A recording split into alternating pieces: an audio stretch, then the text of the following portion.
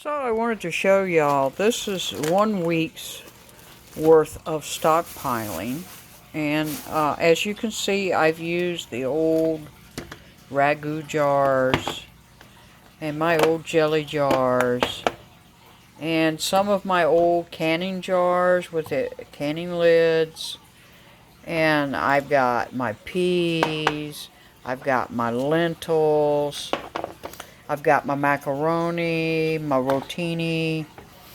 And this is just, and you excuse the mess. My kitchen is a mess right now. It really is. I normally wash the kitchen down before I do this, but I was in a hurry because I bought some stuff to go in the freezer. So I needed to clear these out of the freezer where I had them stored. And as you can see, I've also got some rice that I need to put up also. So basically what I have done is I have taken the bags and boxes of pasta and I have stored them in my freezer for a little over a week.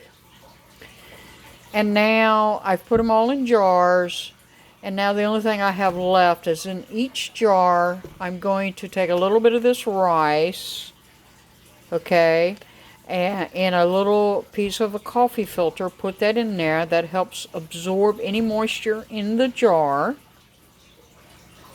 And then I'm going to put an oxygen absorber in each one of these jars.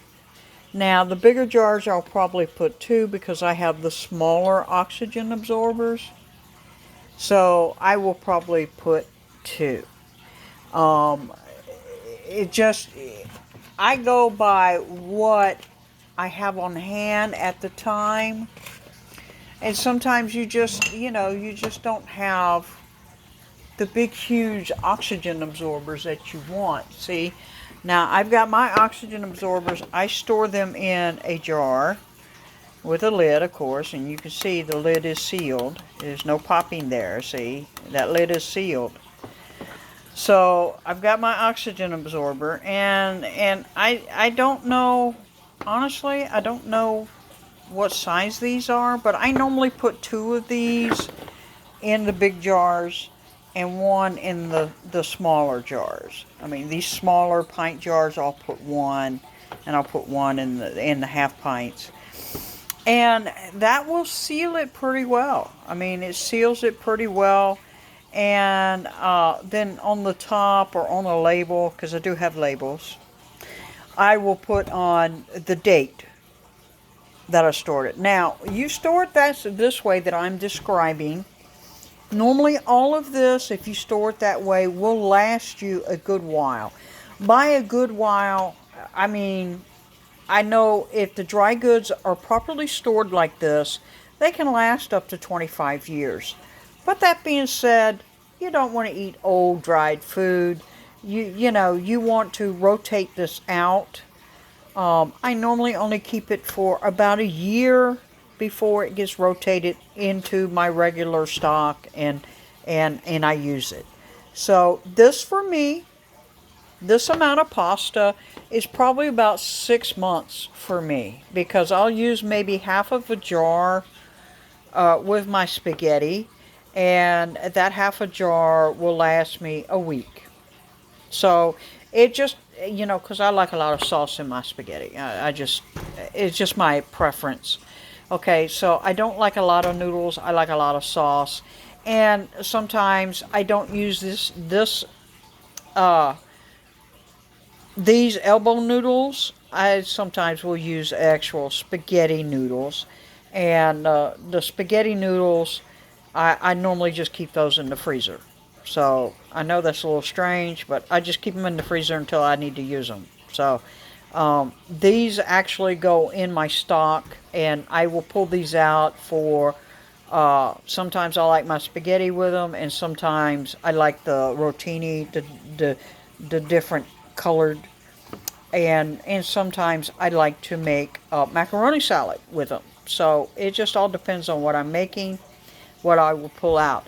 But I got 2 freezers, so I have enough room to store my spaghetti noodles in the freezer.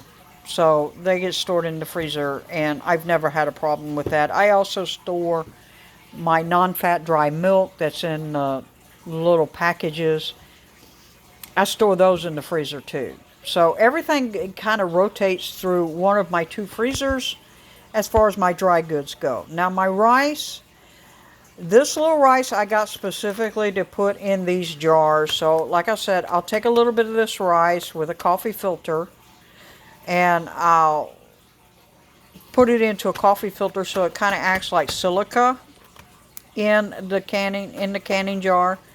And then I'll put an oxygen absorber in there, and then I'll screw down tight the lid, and I'll let it sit here for a day or so to make sure that it actually pops down. As you can see, this one's been used before, so when it pops down, that's when you know that it's sealed.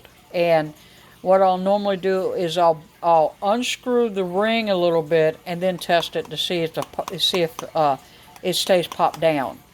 Because if it's sealed well, then you can completely take the ring off and it should stay sealed. Now I don't do that just because on my dry goods I think it holds it better if I keep the ring on there. But I have heard that you can do that. Now, I do that with my other foods, like that have been pressure canned or water bath canned. The ring comes off. So it's a choice that you have to make personally. I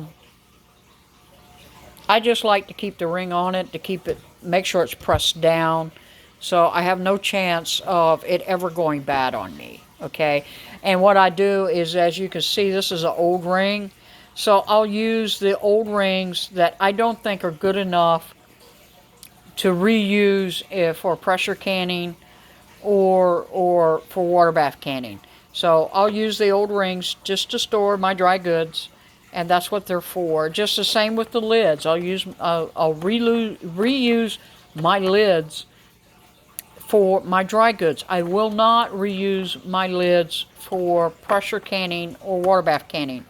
That is my preference. I have heard that you can reuse them if there is no damage to the lid itself, so it's not bent or anything when you take it off. I don't feel safe doing that, so I reuse them on my dry goods.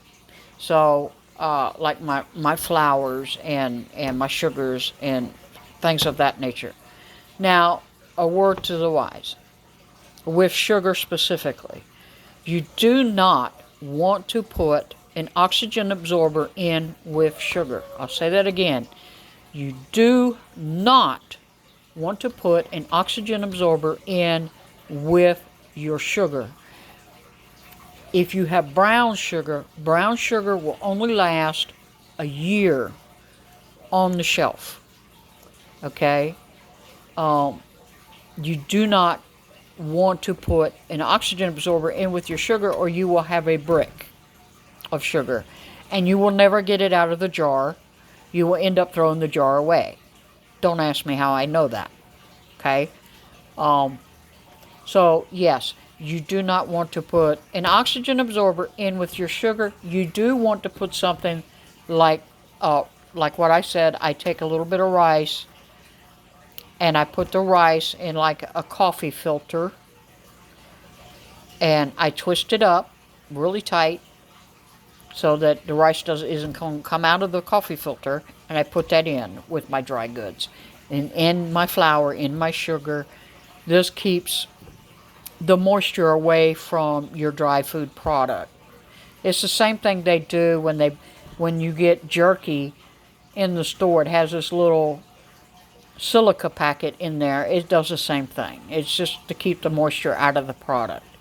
So that's what I do, and I wanted to share this with everybody so everybody would get a kind of idea of what to store. Now, I store lentils, I store peas, I store carrots.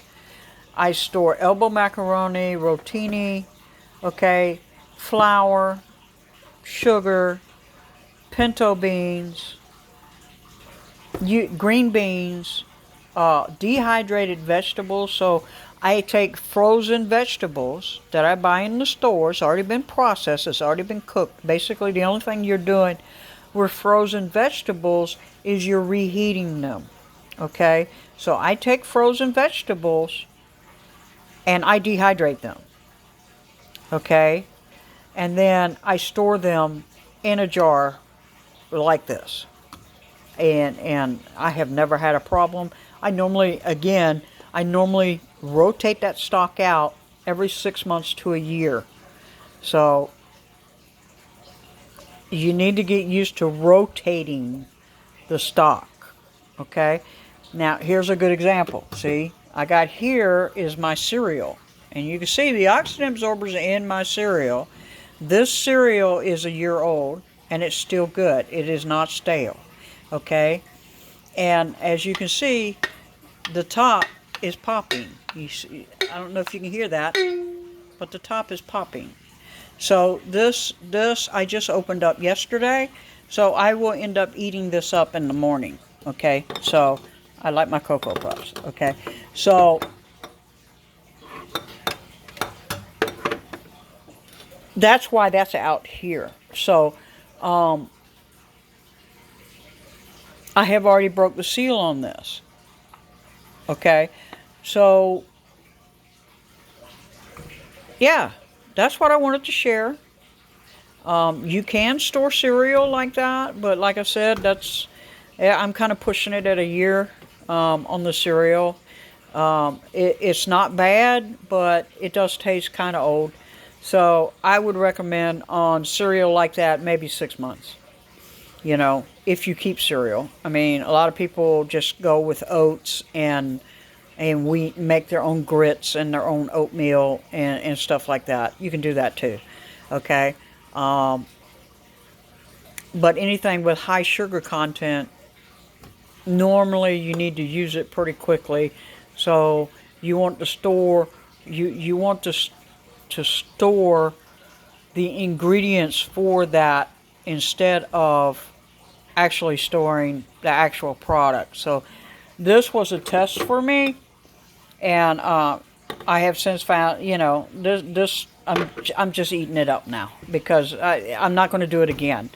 To give you an idea, I'm not going to do that again because I feel like I wasted an entire jar that I could have used for something else, and I don't eat cereal that much. So I've got a lot of this cereal now that's probably going to go out to my neighbor's chickens. I mean, I'm going to be honest, I'm probably not going to eat it all up before it goes bad, so it's probably going to go to the neighbor's chickens. So yeah, I hope this helps people, and I hope I've given you some ideas of how to store up a bunch of food on the cheap. Okay, now if you don't want to do it this way, I can tell you that ramen noodles, them bad boys never go bad. Okay, as long as you keep them in a pest-free zone and you freeze them for a week before you stockpile them into your pantry. That's another thing. Any dry foods that you have, before you go and put them in your pantry, you need to freeze them for a week. Okay? And the reason for that is because all dry goods have a tendency to have eggs from beetles and bugs in them. So when you freeze them, you kill all the eggs, any possibility of getting weevils in your dry goods. So you don't want weevils in your pantry, okay? You definitely do not want weevils in your pantry or moths, okay? So the best way to avoid that is freeze all the dry goods that come into your house for a week in the freezer, and then when you take them out a day before you use them, and let them come to room temperature, and then store them like this, you know. So these here are ready to put the oxygen absorbers in, and then they can go into my pantry room and be dated, put the date on them, write the date on them and everything, and they'll be good to go. Okay, and with that, I'll talk at y'all later. Peace.